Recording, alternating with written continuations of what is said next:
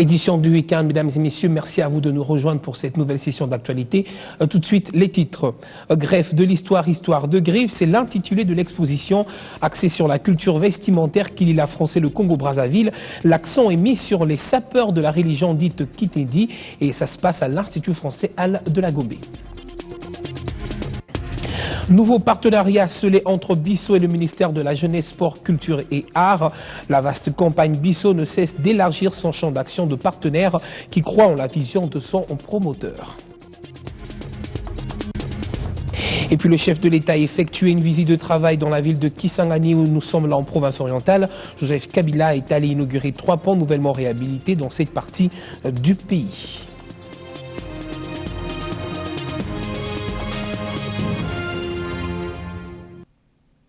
Place au développement des titres, merci à vous de nous rejoindre. Il s'agit donc des ponts Chopo, Avakubi et Loya. Ces derniers sont désormais mis en service au profit de la population de la contrée. La cérémonie de réouverture a eu lieu sur le pont Chopo. Des chefs d'œuvre qui ont été réhabilités. 9 autres ponts sont en cours de réhabilitation. Et toujours en infrastructure, Fridolin Kaswechi Moussouka a parcouru la route nationale numéro 4 en très bon état, il faudrait le dire, après la réhabilitation dans le cadre du projet ProRoute. Les véhicules légers atteignent déjà les 120 km à l'heure et le ministre en charge des travaux publics insiste toutefois sur le respect des barrières de pluie pour les préserver.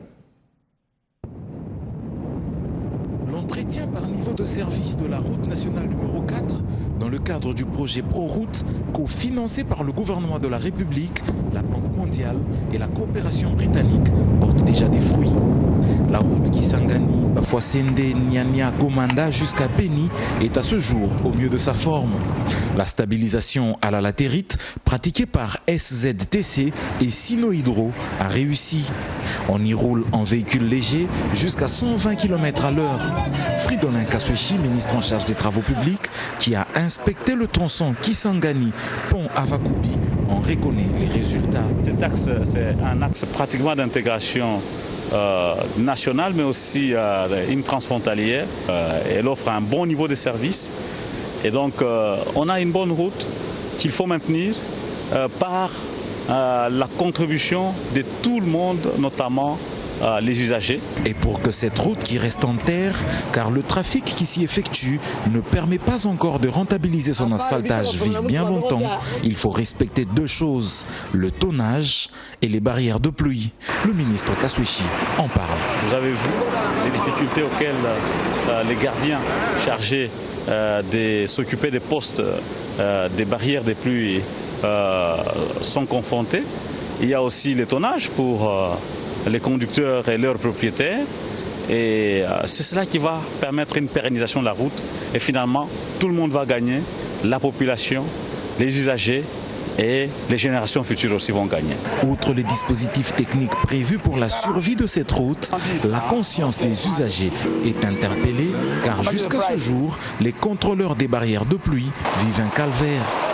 Témoignage.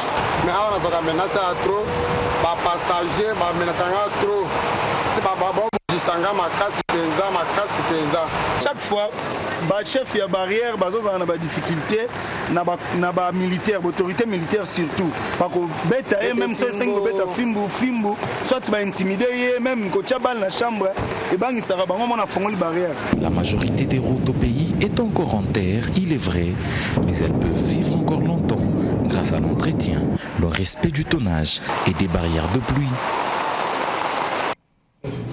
Autre chose promise, chose due par le gouvernement congolais, certains fonctionnaires de l'État ont vu leur paye du mois d'octobre être majorée, une augmentation qui ne concerne que 450 000 agents sur les 1 million que compte l'État, une manière donc pour le gouvernement congolais de traduire sa politique d'amélioration de salaire qui prendra également en compte la rationalisation des rémunérations. Images et commentaires signifient Fizamika. Lentement mais sûrement, le gouvernement congolais avance vers l'effectivité de l'amélioration des salaires des fonctionnaires. 450 000 agents de l'État, dont les primes sont évaluées en deçà de 20 000 francs congolais, ont bénéficié d'une majoration qui varie entre 10 000 et 17 000 francs congolais pour la paye du mois d'octobre. Pour atteindre une équité sociale, il s'avère donc important de coupler cette opération d'amélioration de salaire de base à la rationalisation des rémunérations des revenus entre les agents.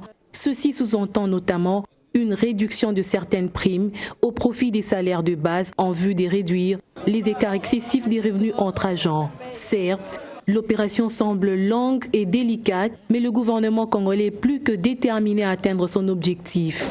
D'où le lancement ce mois d'octobre des opérations d'augmentation et des corrections de salaire de certains agents de l'État. Une initiative saluée par les bénéficiaires. Moi, j'ai vu seulement, on m'a augmenté encore 14 000 sur mon salaire. Un changement vraiment. Je suis content. Il y a eu majoration de 13 000 francs congolais sur mon salaire. Je suis content de voir le changement que l'État nous avait promis. Si certains estiment que le gouvernement aurait pu faire mieux, d'autres ignorent quasiment la base sur laquelle a été calculée cette majoration, même si l'on sait qu'elle dépend des fonctions des uns et des autres. Quand même un petit changement, bien que ce changement n'était pas consistant. J'ai touché 94 000, mais aujourd'hui j'ai remarqué qu'il y a une augmentation de 10 000 dans mon salaire. Alors, je me suis posé la question, mais comment cette différence, les autres 13 000, les autres 10 000 ? Bon, c'est ça mon problème. Il y a eu une petite augmentation, ça ne suffit pas. Il faut dire que la politique salariale dépend inéluctablement de la taille de production du pays, ce qui implique les efforts conséquents de tous en vue d'atteindre ce progrès. Et puis sachez que le Bureau international catholique de l'enfance a procédé ce samedi à la vulgarisation de la charte des professionnels des médias. Pour cette structure, elle est convaincue que la presse joue un rôle important dans la vulgarisation des droits de l'enfant, d'où d'ailleurs leur implication qui est susceptible de changer de nombreuses donnes à ce sujet. Je vous propose de suivre le directeur du programme Aimé Hadji Ngaluma. Il faut dire que dans le cadre de la promotion des droits de l'enfant, c'est une des missions du Bureau national catholique de l'enfant de rendre accessible à tous les publics les informations liées à la protection de l'enfant. Mais spécifiquement, pour ce qui concerne les professionnels des médias, ça revêt pour nous un double sens, comme nous l'avons souligné. D'abord, de tenir informé de l'existence de la charte et enfin voir comment ils peuvent s'améliorer quant à la collecte, au traitement et à la diffusion de l'information relative à l'enfant. Je vois que l'enfant c'est un être faible et vulnérable. Donc chaque fois qu'on fait passer des images relatives à l'enfant, il y a un certain nombre de normes, des standards qu'il faut respecter. C'est comme cela que, comme les BNCE accompagnent également les pouvoirs publics dans le cadre de la réforme de la loi, mais en ce qui concerne la charte, qui n'est pas une loi au vrai sens du mot, mais elle concerne une corporation des professionnels qui sont réunis autour des réseaux de communicateurs des droits de l'enfant.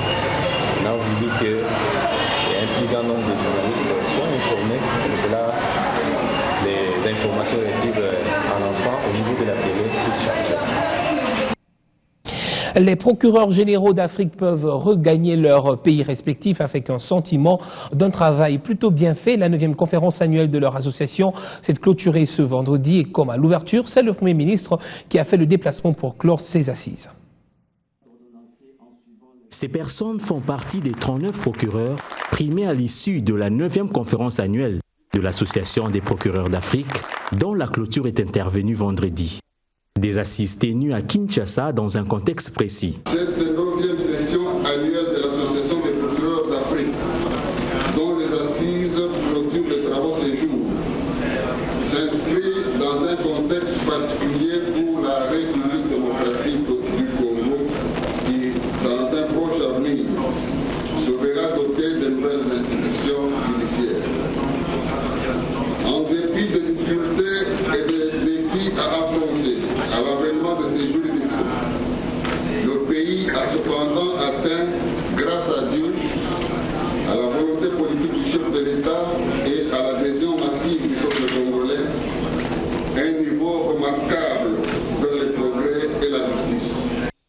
La République démocratique du Congo, qui a organisé ces assises, pense bien trouver gain de cause.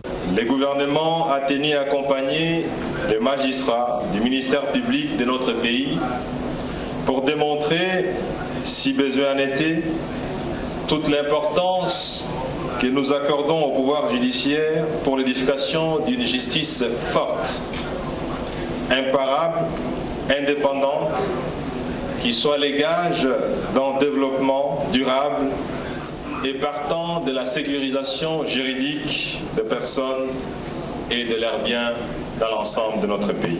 Outre le thème retenu lors de cette conférence, la particularité de cette troisième réunion est aussi d'avoir donné à l'APA un nouveau président.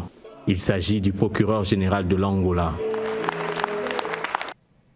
Et en culture, greffe de l'histoire, l'histoire des griffes, tel est donc l'intitulé de l'exploitation de l'exposition axée sur la culture vestimentaire qui lie la France et le Congo-Brazzaville d'en face. Et les organisatrices de cette activité ont jeté leur dévolu sur les sapeurs adeptes de la religion dite Kitedi. Les portes de cette exposition ont été ouvertes ce vendredi à l'Institut français Al de la Gombe.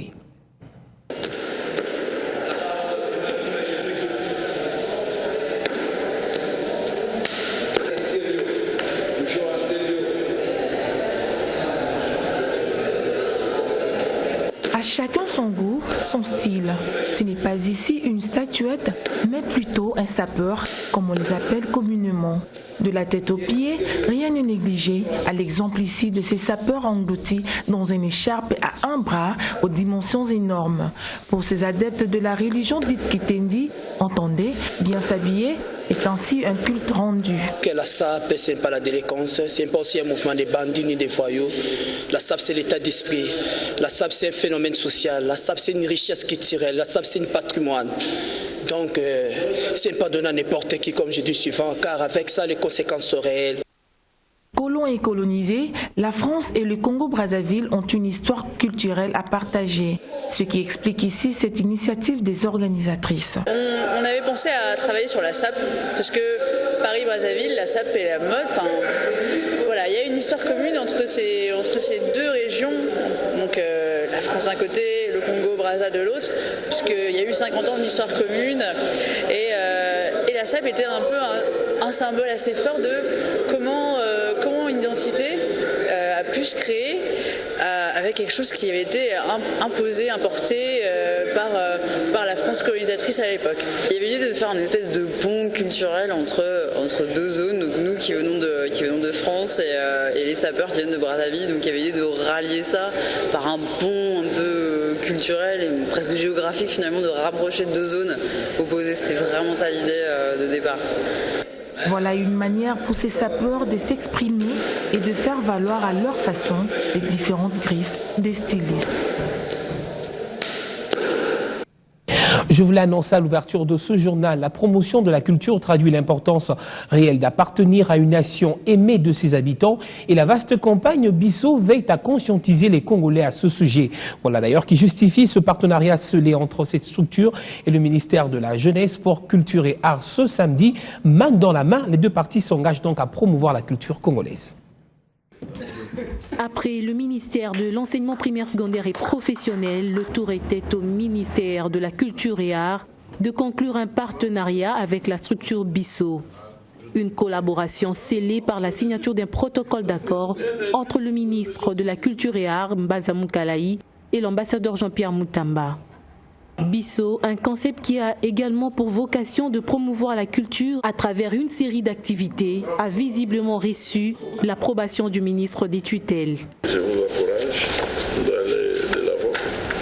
Au-delà de la fraternité, de par les fonctions que nous occupons et de par l'objectif que vous poursuivez, nous sommes condamnés à marcher ensemble. Bon, moi je suis d'accord. Occasion pour l'initiateur de ce concept d'éveil de conscience patriotique de passer en revue différentes réalisations et perspectives de Bisso. Bisso se veut être une structure d'éveil de conscience, de prise en charge d'une façon autonome de Congolais par le Congolais, et tout ce que nous faisons comme activité, nous passons par la culture. Donc on organise organise des soirées culturelles avec la musique, etc. Cette fois-ci, nous avons pris option de travailler avec les écoles, avec les universités et avec les Congolais lambda pour tout simplement mettre en eux l'amour de la culture. Au-delà de ces signatures des protocoles d'accord avec des ministères, d'autres collaborations suivront, comme pour dire que les portes des Bissau restent ouvertes à toute initiative porteuse d'espoir pour les développements du pays.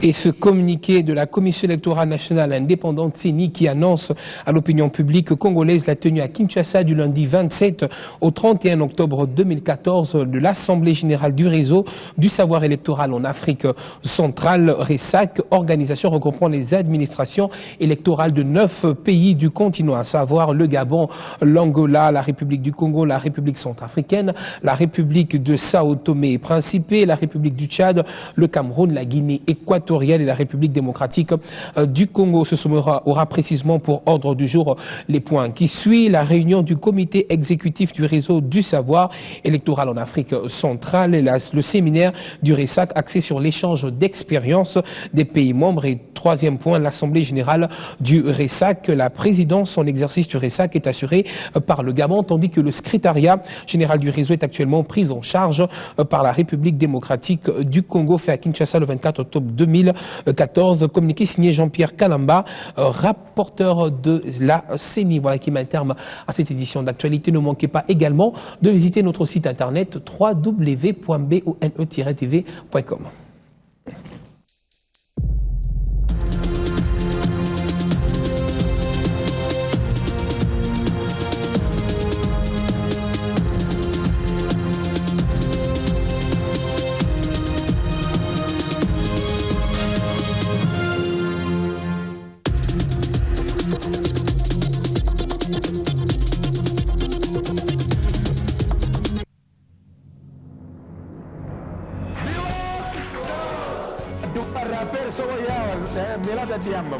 Il y a de ces femmes-là qui ne font pas autre chose. Alors les gars, vous avez un truc et astuce. Eux-mêmes se placent d'abord dans ce contexte-là, donc ils s'acceptent comme ça. Et aujourd'hui, c'est un autre monde, quoi. C'est un autre monde pour moi. La mode, c'est un monde vraiment merveilleux où tout le monde peut apporter son rôle. C'est bien sûr Youssoufa, SP et Sams. Ils ont accepté notre invitation. On apprend qu'à l'école, il a 16 ans, vous avez des cours autour de l'éducation sexuelle. Guérir et soulager, 3 mots-clés qui poussent les individus à se rendre à l'hôpital. Madame, Messieurs, bienvenue à cette grande édition du journal. Avant de parcourir l'ossature de ce journal.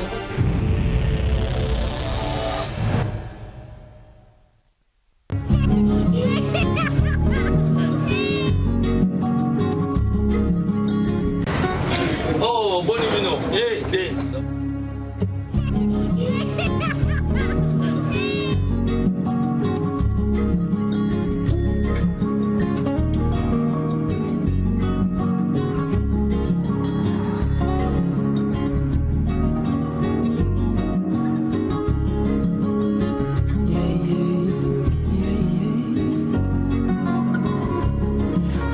Zana bomo tangu makasi zana nzoto yebisa fami tolingaka bango liboso bawa yebisa boyoyo bokumisaka ye ekisa lolango na yo kozela te bakufa o nsimo ya kotanda mosolo kozela te bakoma na bokono olakisa lolango na yo.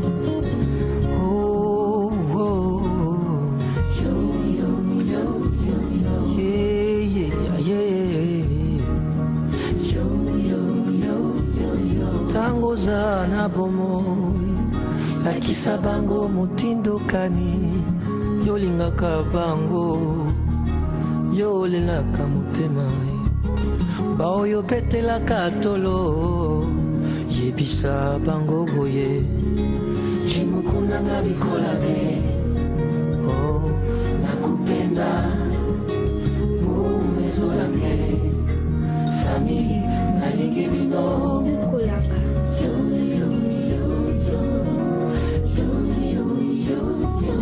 kozela te bakoma na bokono polakisa lolango na yo kozela te ba awa sima otanda wolo na lilita yango wana lelo yebisa bango boye